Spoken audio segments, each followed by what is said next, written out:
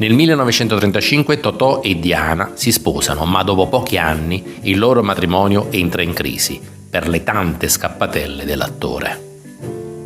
Nel 1940 i due ottengono la sentenza di annullamento del matrimonio, ma per amore della figlia decidono che avrebbero vissuto ancora insieme, scambiandosi una solenne promessa.